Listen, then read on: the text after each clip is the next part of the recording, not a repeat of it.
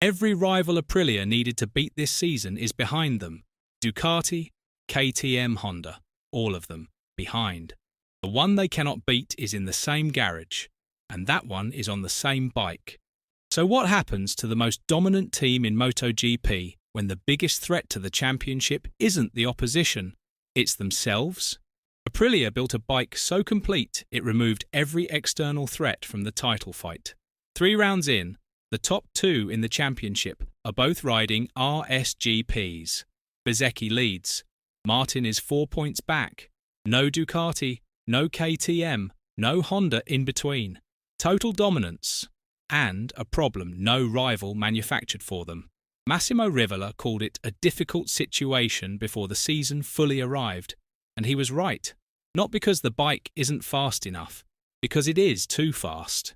The pressure was supposed to come from outside. Every team in MotoGP spends years trying to remove external threats. Aprilia did it, and then discovered that removing every external threat just makes the internal ones visible. And the moment both of your riders can genuinely win the championship on the same machinery, the fight against everyone else becomes secondary. It becomes a fight against your teammate. This is why the team that looks most in control of this championship is also the most exposed, because the threat they cannot neutralize is the one they created themselves. We know for a fact that Bezzecchi is the one dominating Sundays. 3 wins from 3 Grand Prix, 121 consecutive laps led, the record book's rewritten. But Saturdays are a different story. 2 sprint DNFs, crashing from the lead in Thailand, crashing from second in America, and in 11 qualifying sessions across 2025 and 2026, Martin has started ahead every single time. Not once. Bezzecchi said it himself after Kota. As long as I can't avoid mistakes like the one on Saturday, I won't feel like a contender. The Sunday pace is real. The Saturday vulnerability is equally real. And Martin knows exactly where it lives. He is building a title challenge from inside Bezzecchi's blind spot. And that is a more dangerous position than the one ahead. Martin's own limitation is a left hand operated on in the winter. And he still won Kota's sprint on the final lap and finished second in both Texas and Brazil. He said after America, "The last 3 laps I had to give up because my left arm was completely destroyed. I couldn't brake anymore in turn 12, and I just tried to finish." Injured, not at full fitness, still 4 points off the lead. That is not a comfortable position for the rider in front of him. And that is exactly why this isn't stable. What does Bezzecchi's advantage look like when Martin is fully fit?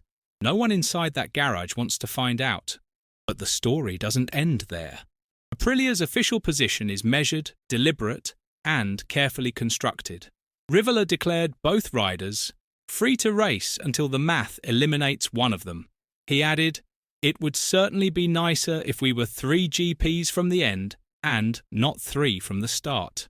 And at the launch, Bezzecchi made it sound settled. The absolute equality between the riders is also very good. It's not a rumour, it's a reality. Jorge and I are both number 1 at Aprilia. That is what neutrality sounds like when a team is managing 2 title contenders and hasn't been forced to choose. But Rivola said something in Brazil, after Aprilia's first 1-2 of the season, that landed differently from all of it. "I know we will have a problem.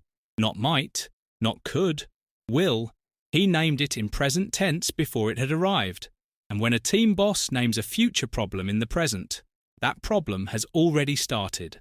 We've seen this before in MotoGP. The official position holds right up until the moment it doesn't. And the gap between those 2 moments is where championships are actually decided.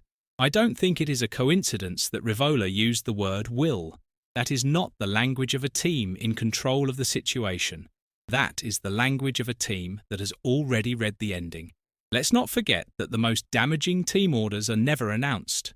They appear in strategy calls, in data prioritization, in who gets the better information first.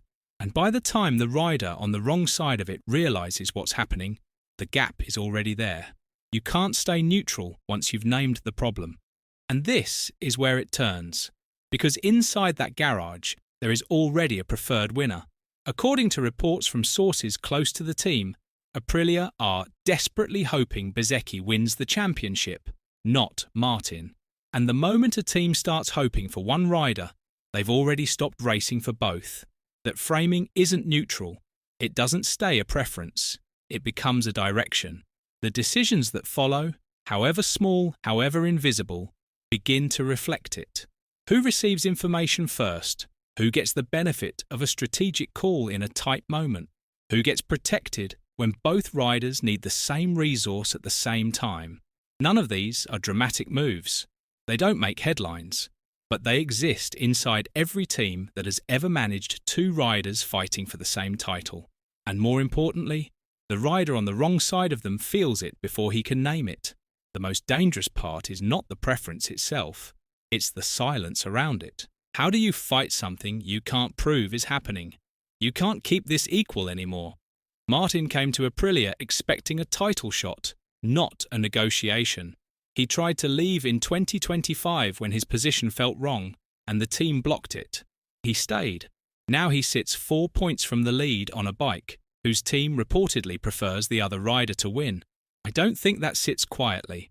I don't think Martin is the kind of rider who absorbs it and says nothing. That situation has a timer on it, and when it runs out, it won't be quiet. There are two possible scenarios from here, and both of them apply pressure Aprilia has never had to manage at this level. The first is that the gap stays this close all season. Martin closes in as his hand recovers. Bezzecchi keeps winning Sundays but keeps crashing Saturdays. The mathematical elimination Rivola said would trigger a decision never arrives because both riders stay alive deep into the year. At the end of the day, the hardest thing to manage in motorsport is not a rivalry between different teams.